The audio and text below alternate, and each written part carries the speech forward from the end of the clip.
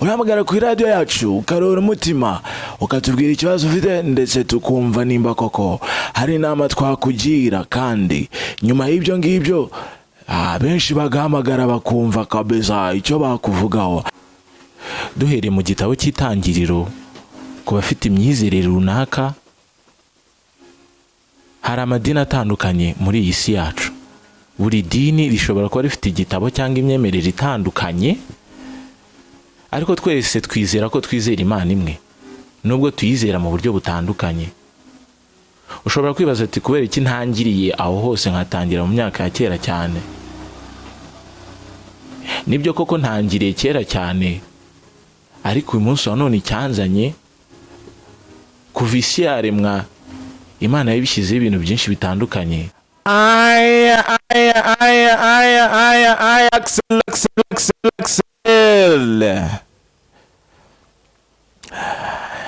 Nk'uko bisanzwe bimenyereye, tugeze ku kibuga Old Trafford kabisa. Nkubwira ni ikipe ya Manchester United rwambikanye kwa minani rwahiye. Hahiye kwa minani yo bobobobo. Reka turebe na 11 babanzamo ku ikipe ya Manchester United. Umuzamu mwiza mwibisanzwe mo David De Gea. Aya, reka dukomeze iyi minota yansize twagiye. Ikipe ya Manchester nk'ibisanzwe yambaye amakabutura y'imikara, imipira y'imyeru ndetse n'ama soksi y'umutuku kabisa.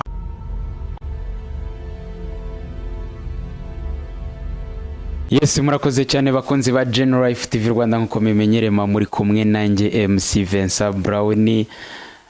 Narabibasezeranyije rero kenshi ko tuzajya tugenda tuzana impano zitandukanye, ari abakizamura impano, ari abafite impano zabo zageze. Hari igihe mushobora kumva tuvuga ngo tuzamura impano mukagira ngo abafite aho bageze bo ntago twabazana kugira ngo tubaganirize. Nabo biba byemewe kuko bafasha bamwe bakiri hasi kugira ngo nabo babe babasha kuzamuka, bababwira aho banyuze, kuko burya ngo utaganiriye na se ntamenye icyo sekuru yasize avuze. Ni muri ubwo buryo rero ntago ndibuze kwirirwa mvuga byinshi imbere ya kamera. Murahabona umutumirwa, reka tangira twibwira, ibindi muraza kugenda mubimenya gake gake. Mwiriwe neza.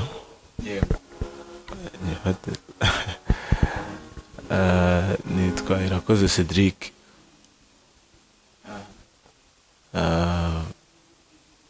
Abari nge nyine muri buganire uyu munsi.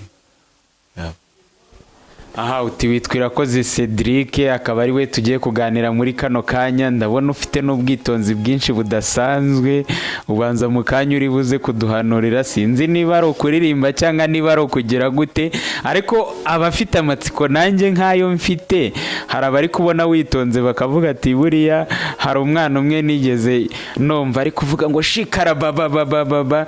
Noneho mubajije ntese wa mwana we ntibyo bintu wabikuye? Kari akana gato gafite nk'imyaka 3. Noneho ndakabaza ntibyo bintu wabikuye? Ngo sinjya numva pasiteri wacu abivuga se. None nanjye rero ndimo ndabona witonze cyane, sinzi niba mu kanya uri buze kuvuga ngo shikara baba, ariko ubwo reka utangire utwibwira niba uri buhanure, niba uri buririmbe, mbese impano wumva ko abanyarwanda muri kano kanya bari bubone ni nk'ijyanye n'iki? Nagerageje ibintu byinshi ariko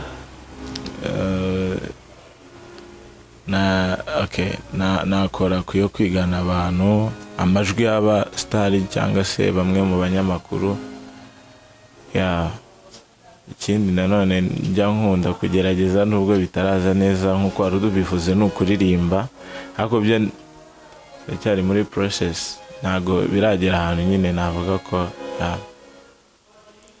Aha, uravuze uti icyo wumva wiyaminiyaho ni ukwigana amajwi y'abantu. Reka rero tuguhe umwanya tutiriwe tuvuga byinshi kugira ngo n'abadukurikiye babanze bumve se koko urabishoboye cyangwa urabimerita. Njye ubu nta komanteri natanga kano kanya kuko ubu nta kintu ndumva, ahubwo ubu mwanya n'uwawe nge ndibuze nkomanta bwa nyuma. Urumva umusitari cyangwa se umuntu runaka ushaka kwigana rinde? Na usese hari abandi nagiye nkoraho, sinzi nimba nabasubiramo nimba, ariko ndumva twahera nko wenda abantu bamenyereyeho ni Uncle Austin. Okay, twagiye. Okay. Okay, kadutangire.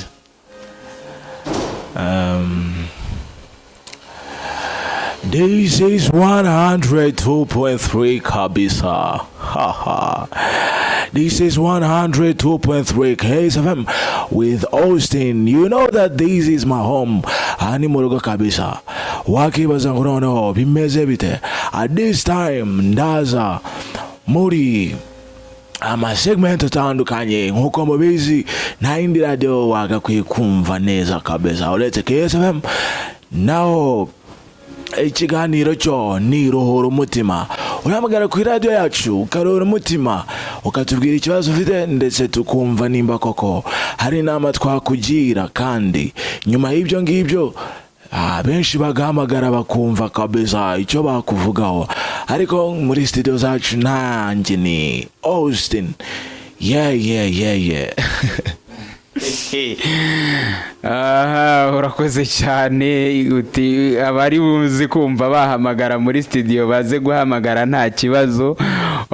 Niwe bari buze guhamagara cyangwa na Uncle Austin? Narindi kumwigana nyine ari muri studio no kumwigana.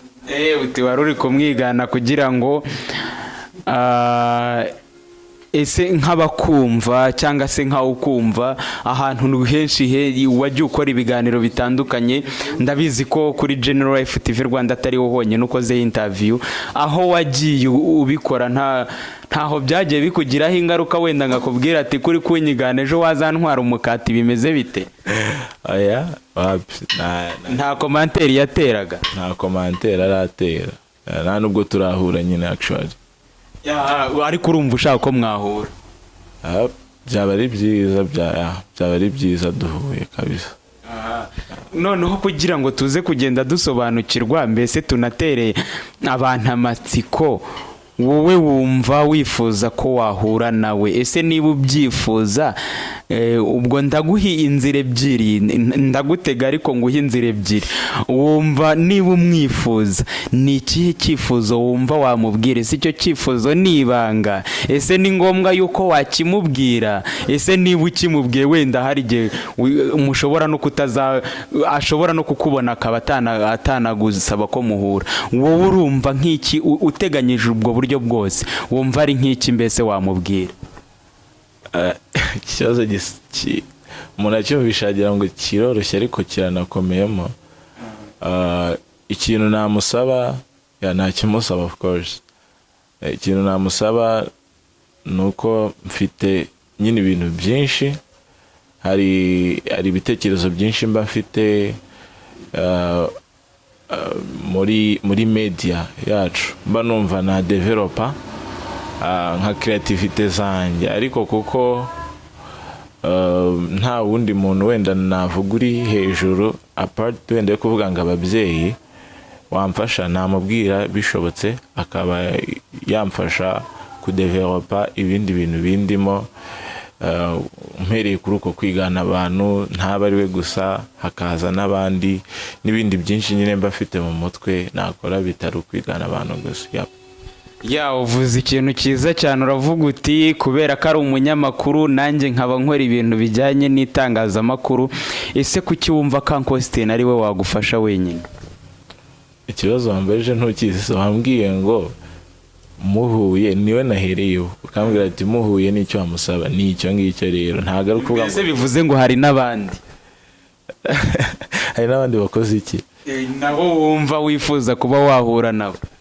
Umuntu wese wakunda ikintu cyawe akaba yagusapotinga, atari no kuvuga ngo ni umunyamakuru gusa, nta wabyanga, nta wakanga ko nawe ubaye ufite indi support iri hejuru wama ntabyemera. Uncle Austin niwe uzi gusubiramo wenyine cyangwa hari n'abandi? Hari n'abandi. Niba hari n'abandi twagiye, noneho umwanya uracyari uwawe. Ubundi byakabaye byiza ngiye nigana umuntu ukambwira n'uwo ari we nyine. hari igihe nshobora kumukubwira ngasanga uwo ugiye kwigana ntiwari wafata uko avuga, ahubwo we wakatubwiye ngo ngiye kwigana runaka, noneho wanabivuga tukumva koko niba uwo muntu ari we. Okay. Reka nigane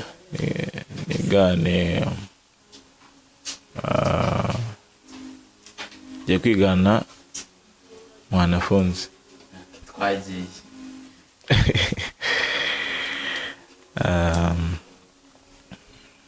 Okay. Ko byari bigiye se.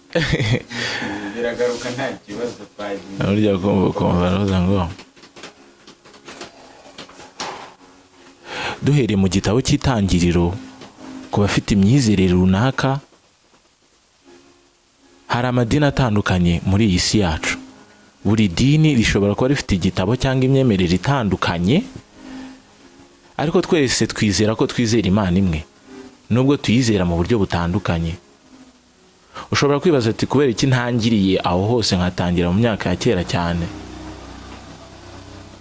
Nibyo koko ntangiriye kera cyane, ariko uyu munsi wa none icyanzanye kuva isi yaremwa, Imana yabishyizeho ibintu byinshi bitandukanye, irema inyamaswa zitandukanye harimo n'umuntu. Wakwibaza ngo umuntu ni iki? Umuntu ni mugari, umuntu arizihije, umuntu ni ikiremwa kidasanzwe, ariko bidashobora kugukundira ko wagisobanura mu munota umwe cyangwa ibiri. Umuntu aratangaje. Ibaza umuntu mushobora kuba muri gusangira umunsi wa none, wibwira ko ari inshuti yawe magara, mu kanya gato nk'ako guhumbya ugasanga aragufungishije kandi mwari muri gusangira. Ni ukuvuga ngo abahanga baravuze bati umuntu kuko ari igihindagurike, ntukamukunde ngo umwimariremo, nunamwanga kandi ntukamwanga urunuka. Ugize ubwoba nanjye nuko. Ndi Ismael Mwanafunzi. Uduteye ubwoba maze uhita uceceka tugira ngo hari ikindi kintu kibaye, nawe uravuze uti biguteye ubwoba kandi nanjye nuko, noneho nawe uhita uceceka burundu. Navuze nti ubwoba koko narimvuze n'ubwoba buramubaje, ni none wese abutewe n'iki? Niki cyari kiguteye ubwoba? Nta cyari kinteye ubwoba, nuko nyine ni ijambo akunda gukoresha cyane. Mbese wiganaga speech yiwe? Yego. Aho ndi nari ntangiye gutitira, nubwo wenda nta makosa nishinja kuko umunyabyaha niwuhunga nta kimwirukansa, ahubwo waruvuze uti kandi biguteye ubwoba. Narivuze nicyo kintu giteye ubwoba kigatuma uhita uceceka ni igikira. Oya ntacyo ni ukwigana just. Ni ukwigana gusa bisanzwe. Ese nababonye n'ujya ubasha kwigana? Ese niba ari bo bonyine, niba wenda ujya ukurikira komantere kenshi na kenshi abantu bagukurikira ku byo ukora baguha, wumva inspiration yabo muri make baguha ari nk'iyi? Inspiration bampa, abambwiza ukuri, bambwira ko nyine barampushinga, abenshi barampushinga bakambwira ko yangomba kubikomeza.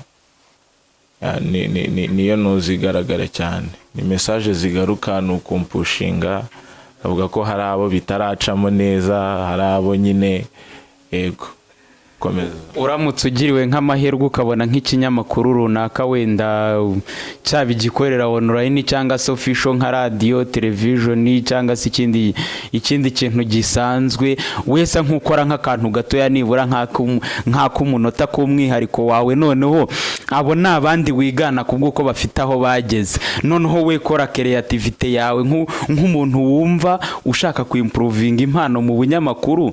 Hari igihe ushobora kuba ufite yo kwigana abandi ariko akaba atari uzakomeza. Umuntu akaba ashobora kukugirira icyizere akavuga ati njyewe ngiye kugutumira nko kuri General Life TV Rwanda. Ntago abantu bose ariko bahabwa akazi.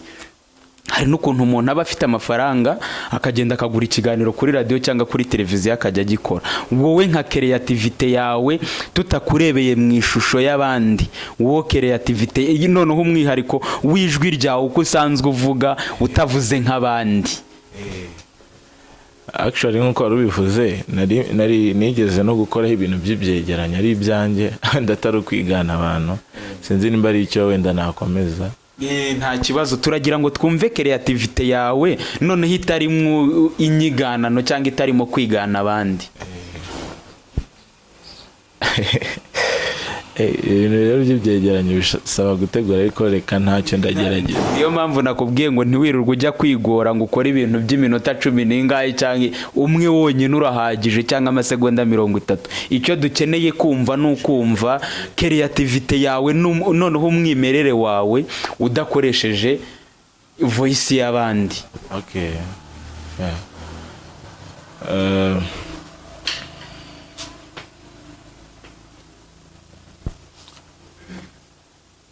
Mu mwaka w'igihumbi 1930 okay, uretse niba ukuntu ngiye kuvuga ntago abiri official wenda ngo umuntu ahita agenda ashakisha. Ushobora kuvuga ngo mu mwaka w'igihumbi 1930 nibwo wavutse kandi atari bwo wavutse.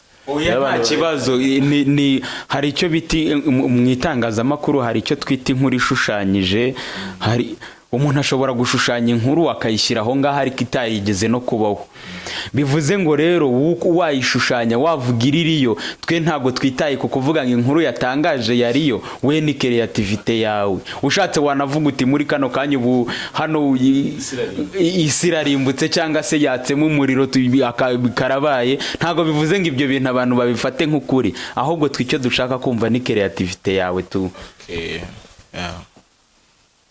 Kuri uyu munsi wa none nenge kuvuga kuri uyu munsi wa none isi iri gusiganwa yirukanka cyane. Mu myaka yashize ntago umuntu yiyumvishaga ko ashobora gukora ikintu mu munota umwe nk'uwo guhumbya kikagera ku isi yose. Uyu munsi wa none ndakora ikintu ndi hano ariko mu masegonda make cyane ugasanga cyuzuye isi. No kuvuga ngo isi irimo irirukanka cyane.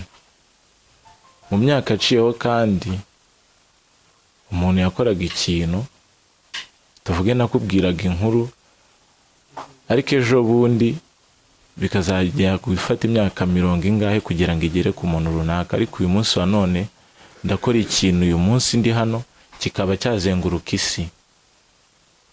Turi mu isi yirukanka cyane. Umuntu ngiye kugarukaho bamwita Elon Musk. Uri kuri Dirakoze Cedric. Nibyo ngibyo. Yes, murakoze cyane rero bakunzi ba General FTV Rwanda. Njemba ndi kuvuga nkivugira nk'abanyamakuru cyangwa se ngatanga commentaire zanjye, ariko muri kano kanya ndifashe. Ahubwo mwebwe nk'abadukurikira commentaire zanyu zirakenewe. Ubwo mwebwe muraza kugenda mutubwire se koko muramwumva mute, abakeneye kuba bamukoramwe akazi wenda bakavuga bati hari televiziyo cyangwa radio ikeneye umunyamakuru, turumva byavamo ibintu nk'ibyo. Ni ibyegeranyo gusa ukora cyangwa hari n'inkuru zisanzwe?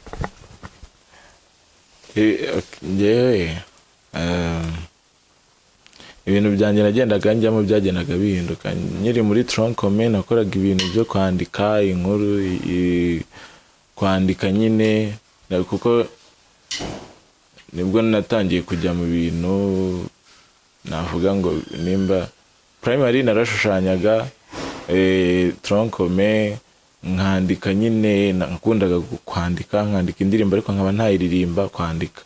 Ngeze mu A level nibwo nyine natangiye mpereye kwigana abantu bimwe bya secondaire gutyo. Ariko warumbaje ku kibazo ngo ese nkora ibyegeranyo gusa. Nkora ibyegeranyo ni ikihe kindira. Gusa nkora ibyegeranyo byanjye.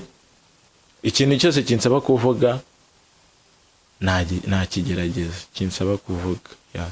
No kwigana wenda bari abantu basobanura wenda nabyo nari kubikugerageza, ariko nyine gerageza nko mu minota itarenze 2 twumve abo basobanuzi. Uyu ariko ndamusobanura ntiza mikro ho gato. ngiye kwigana Rugangura Ancle. Okay.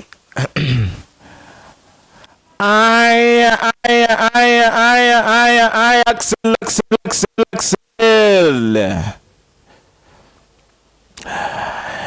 Nkuko bisanzwe bimenyereye tugeze ku kibuga Old Trafford kabisa, nkubwira ni ikipe ya Manchester United rwambikanye kwa minani rwahiye, hahiye kwa minani yo bobobobo. Reka turebe na 11 babanzamo ku ikipe ya Manchester United. Umuzamu mwiza mwibisanzwe mo David De Gea. Aya, reka dukomeze iyi minota yansize twagiye. Ikipe ya Manchester nk'ibisanzwe yambaye amakabutura y'imikara, imipira y'imyeru ndetse n'amasoksi y'umutuku kabisa. Reka turebe ninde ufite Barore, reka turebe ni Maguire muri defense hagati, passe kwande. Ikipe ya Manchester United yambaye neza kabisa. Aya, reka turebe ninde ufite baro, twirukanga twihuta cyane kabisa.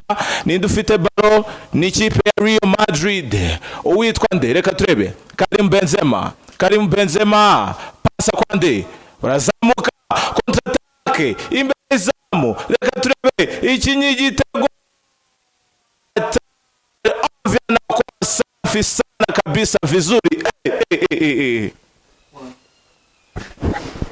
Yes, murakoze cyane rero, murabyiyumviye nimwumva kuko umupira yazajya wogeza neza. Ubwo abantu mufite amaradiyo bese nababwira iki? Nje nababwiye ngo uyu munsi nta commentaire ndi butange kuko nta nubwo ari nanjye uri butanga akazi, ahubwo mwe nk'abadukurikira. Ariko hari igihe udashoboye gutanga akazi ukaba ushoboye gutanga ubundi buvugizi runaka. Ntabwo gufasha umuntu ari ukumuha akazi gusa, no kumukorera ubuvugizi, no kuba wamuvuganiraho wumva bishoboka. Hari igihe ubuze umuntu uzi ahantu runaka wenda hakenewe ibyo wumva yashobora, ukaba wamworienta cyangwa se ukajya umuha gutegurira ibyegeranyo ibiki ibintu nk'ibyo. Rero murabyumva Cedric kashoboye, ariko nge ndabivuga nkuko nge nabyumvise, ariko nawe ufite uko ubyumva wenda uraza kubitubwira muri comment.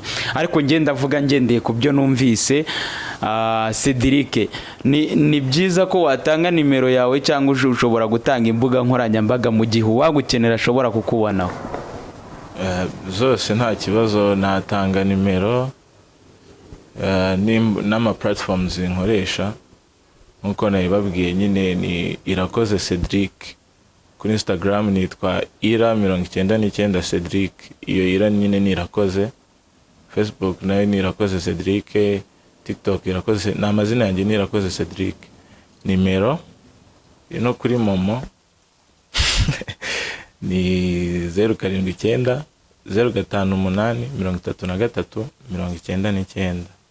Aha, no kubera icyo yisemo kuvuga ngiri no kuri Momo, ntuvuge ngiri no kuri Snap cyangwa ngiri no kuri WhatsApp. Ugira ngo abakwandikira bose niko basunika kuri Momo. Hari n'abakubwira bati Cedric rwose wabaye umustar, nge buranda nakwikundira. Nubwo nta jote y'inzara gutema mara, ariko urabizi ko burya abakobwa bo ntago nako Imana imbabarire ko mbavuze nubwo atari icyaha. Ntago rero bose ariko baguhamagara bakubwira ngo dushyire kuri Momo. Hari n'abaguhamagara bakubwira tese ko nabonye wabaye umustar wankubitiyeho nka 5 nkaba nimejeje neza. Aho ngaho nagira ngo mbibutse ko ubufasha bwose ubufasha bwose cyangwa se inkunga yose batanga no kuri Momo rwose nabibutsaga ko nawo nyine hacaho inkunga ikomeye cyane.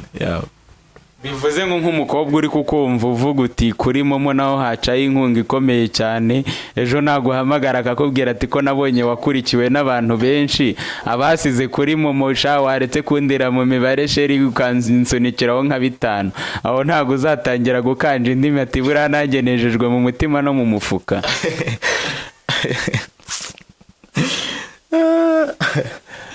Umukobwa se akambwira ati mfite ikintu nyine nakimuha tu, hari icyo mfite nakimuha. Ya abakobwa rero murabyumvise ndabasabiye nagira akabasunikira nanjye ntimuzanyibagirwa aravuze ati rwose buryo unsabye mfite icyo mfite. Ntago ari abakobwa gusa ni abantu muri rusange sinzi impamvu uri gutoranya ngo abakobwa ni abantu bose muri rusange. Impamvu nge natoranyije abakobwa nuko abakobwa aribo bakunda. Ikintu cya mbere cyatumye mvuga abakobwa nashatse kuvuga ngo hari umukobwa ushobora kukubona wakagukunda atagamije kuba yapromotinga ya mpano yawe we noneho akakubwira ati Cedric narakubonye wanabaye n'umusitari gutya na gutya nta kuntu wandemera nk'umuntu twiganye cyangwa bimeze kuko urabyumva ntago umusore yaguhamagara akubwira ngo wanguriye miti ngo wampaye nka bingahe. Niyo mpamvu rero visage yanjye nayerekeje ku bakobwa. Ubwo rero niyo mpamvu mvuze ntabakobwa rero nabavugiye nanjye ntimuzanyibagirwe rwose nazajya basunikira muzajye mumenya ko nabaremeye nanjye munsunikireho. Kandi comment zanyu zirakenewe kuri General Life TV Rwanda. Ku bakeneye kuduhamagara nimero iracyari yayindi kandi mutibagiwe ko tuzamura dufasha abantu kubahuza n'abandi babagirira umumaro. Tukazamura imbuga nkoranyambaga nk'abasubscribe watch time mbese kukubonera channel monetize kandi mu gihe gito kitarenze iminsi 15. Ubwo rero kuba dukurikira ntimuze kwibagirwa ko ibyo byose biba bihari kandi na momo ya Cedric ntimuze kwibagirwa ko nayikeneye akantu ariko nanone ku mukobwa nawe wumva akeneye akantu nawe ntaze kunanirwa kumubaza izina cyane ko munabona ko afite uburanga n'uruhanga rw'uruhahamure mbese yapfubyemo ingabo y'igihugu. Ariko nta kibazo n'ubundi amahirwe aracyahari.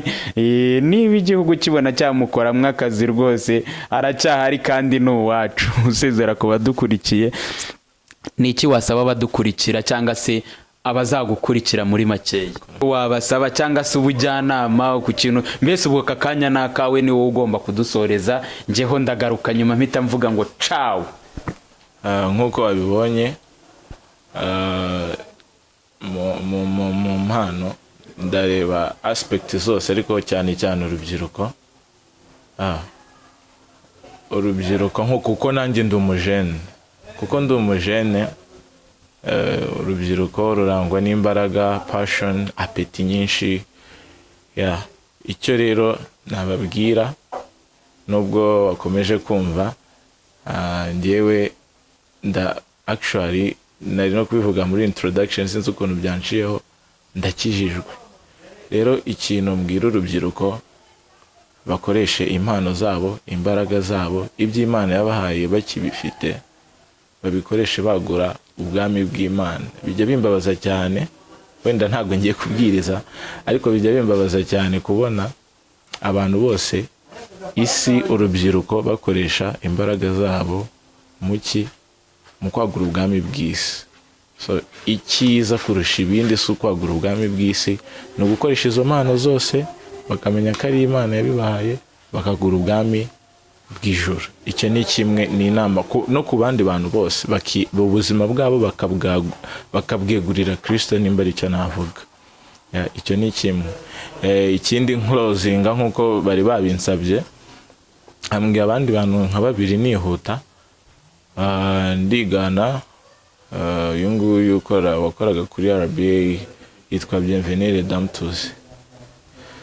Ogiye kwirirwa abakuzi b'abakuru kuri televiziyo y'u Rwanda nta wundi ntubwajya amakuru bwateguriwe kandi bugiye kugezwaho nanjye Bienvenue Redemptus igihugu cy'u Rwanda. Kandi ndababwira ko abaperezida inama ya Cogamo irimbagije ejo bundi ndetse ntago nibeshye n'ejo rwose. Perezida w'Ubugande yagiye Nyabugogo avamo ariko ibindi turabibwirwa n'abasatura. Nguwo n'umwe wa nyuma ni umugabo ukora kuri RBA nawe yitwa Ndera ukora ibintu bya book club w'ibitabo Cleophas Barore. Okay. Nk'ibisanzwe ndi Cleophas Barore muri studio za RBA n'ukuri mu kiganiro cyacu book club, aho tureba tukimbika tugasesengura tukarebera hamwe abagiye bandika ibitabo bitandukanye bigenda bifasha abantu, ndetse kandi nk'uko tutabyirengagije ndi kumwe na honorable bwana runaka. Ndumva ari ibyo rwose. Yes, murakoze cyane rero bakunzi ba General Life TV Rwanda. Hari ibyo agiye avugaho bitandukanye, aravuga ati urubyiruko mugomba kugira ukwaguka, gutekereza ndetse na peti, sinzi na peti kira siku sinsiga imyaka ku isahani. Niba ari yashatse kuvuga ubwo icyo gusavuze na peti yo kugira gute? Apeti, urabona umusaza, abasaza na apeti y'ibintu byose. Rero umujene aramubwira ati tukugura agapantaro ati n'agashati byari byiza. Ati none se ari ukuguha igisheke no kuguha no kurya irindazi no kurya ibiryo? Arakoye ati ndarya igisheke ndya n'irindazi ndya n'ibiryo. No kuvuga ngo kimwe mu bintu biranga nyine umujene, hari apeti yo kurya, hari apeti nyine y'utuntu twose nyine nta kintu. Urumva nta mujene usanga arwaye za ndwara z'abasaza. Ni ukuvuga ngo aba ari strong, yuzuye imbaraga na apeti nyine kuba yumva utuntu twose. Ese uraririmba cyangwa wa mugano uhereye kuri ngiye ukora ibyegeranye gusa ati ndaririmba nkanakora ibyegeranyo nkanagira gute. Ibyo bintu rero apeti ntiwayisanga ku basaza. Uhereye kuyo kurya ukajya kuyo mu bintu ubusanga nyine umusore ari cyo kimuranga. No kuvuga ngo n'amahitamo, ikindi kintu nibagiye n'amahitamo. Ubu mujene ubu ngubu kungana mfite amahitamo menshi, najya mu buganga, najya he, amahitamo menshi. Ariko umusaza ugeze mu zabukuru yagezaho atagifite amahitamo, abayeho ubuzima yabo mu control. No kuvuga ngo bakoreshe apeti cyangwa se na passion n'amahitamo yabo mu kwagura ubwami bw'Imana no kwegurira ubuzima bwabo Kristo. Aho ngaho tuhatarutse rero nshobora kugaruka ngira nti wavuze uti hari abantu bamwe na bamwe bakubabaza cyane iyo ubona aho kwagura ubwami bw'Imana bege ku bwami bwa Satani. Wenda ntuze kurakara wenda mu mvugo ndi gukoresha, hari kwagura ubumenyi. Ariko ubundi hari ibintu twajyaga twiga muri segonderi imbere icyo bita ngo guhagika inshinga mu nteruro, ngo kwagura ubwenge. Noneho wahagika inshinga mu nteruro ukavuga ngo ni ukubwagura. Noneho rero hari abantu bananirirwa kubwegeka noneho bakabwagura. Abantu bananirwa kwegeka ubumenyi bakagura ubumenyi.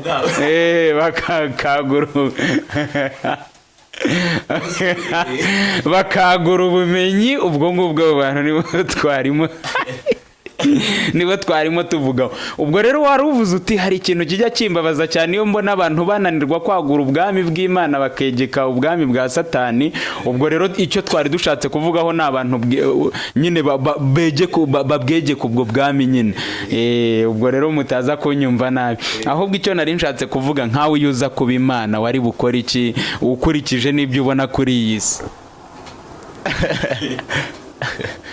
Iyo nza kuba Imana ikibazo rero uko ndi bugisubize sinzi nimba ndagikwepa, urumva? Ariko ntabwo nariko mvuze ngo iyo nza kuba Imana naba mvuze ko Imana idashoboye. Mbese bivuze ngo ibikorwa byose biri mu mugambi wayo. Ni ukuvuga ngo Imana nyine irihagije, nta wundi musimbura ikeneye wo kujya kuvuga ngo iyo nza. Mvuze ngo iyo nza kuba Imana ni ukuvuga ngo hari ibyo itakoze njye naba ngiye gukora, kandi Imana ishoboye byose. Neza ubwo ntidushobora gusanga mu gihe uri kubabara ubabazwa n'ibiri kuba kuri iyi si, ntidushobora gusanga urimo uravunwa n'ubusa kuko nyiri biremwa wabizi yabimenye mbere yuko bibaho. Oya, reka nkubwire ikintu kimwe. Ubundi ku isi twagakwiye kubaho ubuzima n'ibintu bibiri. Hari icyo Imana idukorera. Icyo Imana idukorera bakita ubuntu. Buriya ubeshejweho n'ubuntu bw'Imana.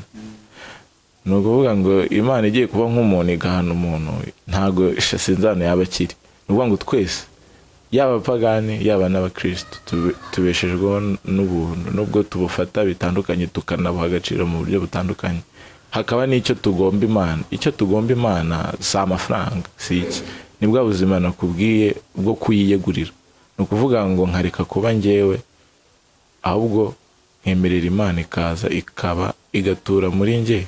Sinjye ubu kibayeho njyewe ubwanjye, amahitamo yanjye ntaba yanjye, akaba y'Imana. Ni ukuvuga ngo ubuzima bwanjye buri kadetaye, uko nambara, uko mvuga, uko ndya, abyegurira Kristo. Ni nayo bavuga ngo ni Kristo uri muri njye. Ni ukuvuga ngo wopfa kuri wowe kamere yawe nyine, ibitekerezo byawe, imbaraga, kwiyumva, ukabikuringa down. Noneho we icyo Imana ntiwaye amafaranga, nta kintu na kimwe wahida afite. Icyo uyiha ni ubuzima bwawe, ikaza ikabubamo, igasigara noneho ari ituye muri wowe. Kuko we ntago waturamo babiri, ntago wakito. No kuvuga ngo nimvuga wowe ntiwumve umubiri, just wumve nyine wenda bavuga ngo nimba ari kamere, nuvuga ngo nuvuga ngo okay, kamere ntago muri habamo kamere ngo habemo n'Imana, kuko umwe n'umwanzi wundi. Ni ukuvuga ngo icyo kibikeneye ni ukwica kamere yawe, ariko kwiyegurira Imana gukwiriye. Noneho Kristo, ubuzima bwa Kristo bugatura muri wowe. Ni ukuvuga ngo Kristo agatura muri wowe, we warapfuye. Ari byo bavuga ngo nabambanywe na Kristo nzukana nawe. Yes, urakoze cyane rero ku gitekerezo cyiza duhaye. Ariko nubwo nari navuze ko ndimo nsoza, n'ubundi ndimo ngenda nsoza, ariko ndagira ngo nkubwire utuntu nka tubiri. Wavuze ko uri umukristo, ariko ndagira ngo mvuge utuntu nka tubiri, ariko cyane cyane uraza gusenga nje nsa nkaho ntagushyigikiye, ariko umbese ubwo bivuze ngo ndaza nsa nk'ugusenya. Bitavuze ko nanjye ntari umukristo, ahubwo ndumva nshaka nyine kugusenyamo gakeya. Nawe ni wumva ushaka kunsenya ubikore. N'abandi bose badukurikiye, uri bwumve mvuze nabi nawe nyina mpugure. Ubundi hari ikintu cya mbere twibeshye. Yesu azagaruka ibyaha byose bigikorwa. Bivuze ngo ibyaha byose biracyariho, biramutse bicitseho burundu, isi yaba yabaye paradizo, ntago yaba ikiri ijuru. Nako yaba yabaye nk'ijuru, ntago yaba ikirize. Bivuze ngo rero ibyaha bigomba gukorwa. Ahubwo icyo mbona twe twakakoze cyangwa se uburyo twakitwayemo, si uko twavuga ngo turaho umwanzi adatera ibuye. Bivuze ngo gukosa ntibizabura. Ahubwo icyo intego twagasize imbere, twagakwiye kuvuga ngo nta cyabuze ibisitaza kuza, ariko bizana niwe uzabona ishyano. Bivuze ngo twagakwiye kwirinda kubera bene data ibisitaza. Bivuze ngo niba akosheje, arakosheje ku rwe ruhande, ariko twebwe ni twirinde mbese kuba igisitaza cya mugenzi wacu ngakosa ariko bitewe natwe. Ariko bivuze ngo na Bibiliya iravuga ngo kuko twese twagize gute, twaracumuye ntitwashyikira ubwiza bwayo. Mbese nta ntungane kuri iyi si baho. Icyakora hari akantu kamwe nshaka kuvuga, umuntu uri bwumve wenda turi bugendane ankurikire cyangwa se akurikize ibyo mvuga, cyangwa se umuntu uri bwumve nawe atagira. Nje hari ukuntu njya nkunda kuvuga, nkavuga nti rero Mana urabizi ko kuba nkora ibyaha cyangwa se kuba nkiranirwa rimwe na rimwe ukambabarira, ndabizi ko utambabarira kuko ubikunze, ahubwo umbabarira kubw'ubuntu bwawe. Nuko rero ndabizi, urabizi ko uyu mubiri tugendana nawe ari umunyantege nke. Iyo mbikoze nkakubwira ngo Mana umfashe wenda bigende gutya na gutya, suko mba nirengagije ko nakojeje, ahubwo urabizi ko ntuye muri iyi si kandi ko nambaye umubiri w'abanyantege nke.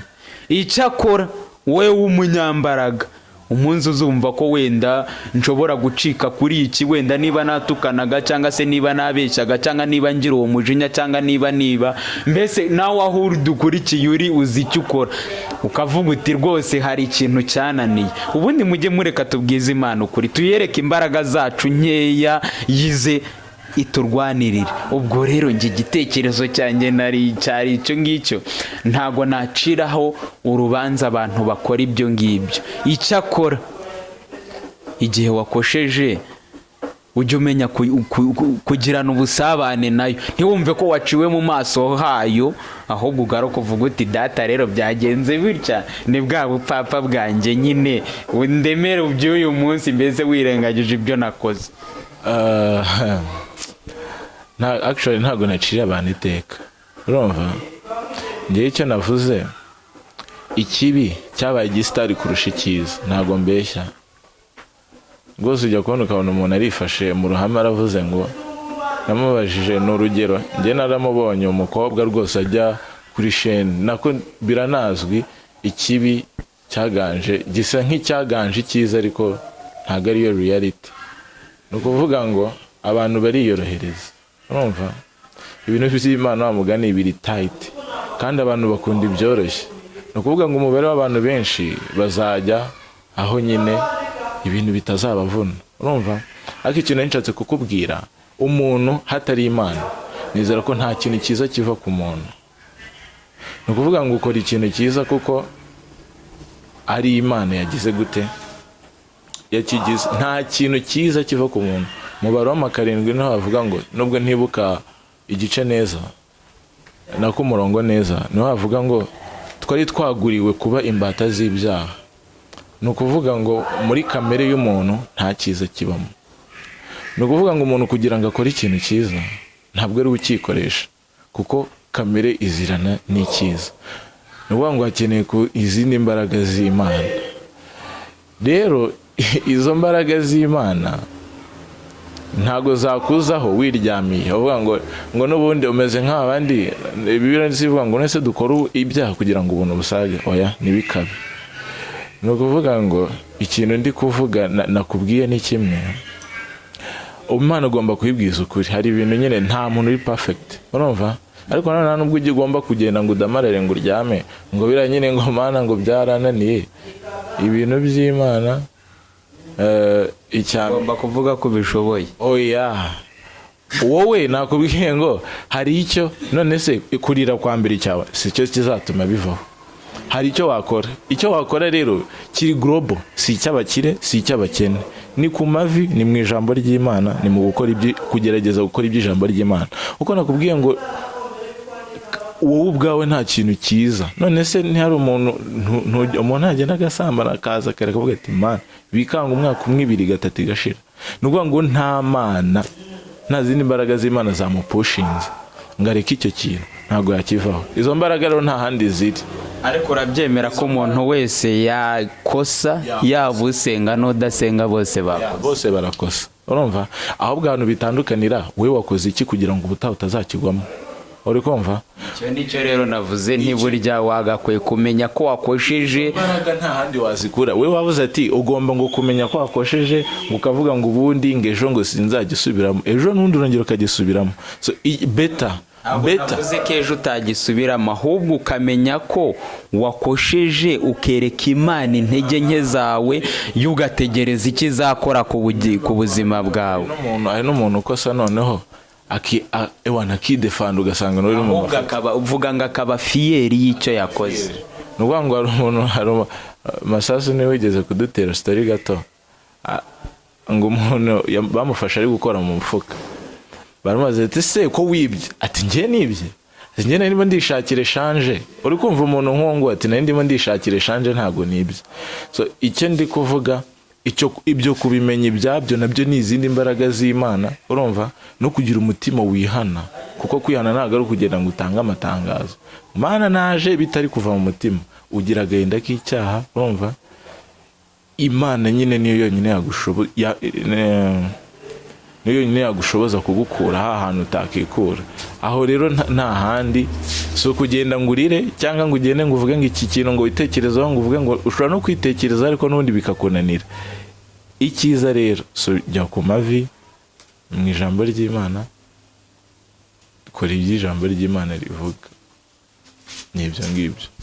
Yes, murakoze cyane rero bakunzi ba General Life TV Rwanda nkuko memenyere mwari kumwe nanjye MC Vincent Brown. Ubwo rero igitekerezo cya Cedric muracyumvise, n'abakeneye gusengerwa mwese ngira ngo akanimero yagatanze mwabyumvise, mugomba kujya mumuhamagara. Nizere ko inimero mwamaze kuyifata no kuyandika. Ubwo rero tuzasubira ubutaha, comment zanyu, like, subscribe byose biba bikenewe. Reka rero mbabwire nti tuzahure mu kiganiro cy'ubutaha. Mwari kumwe nanjye MC Vincent Brown. Ciao.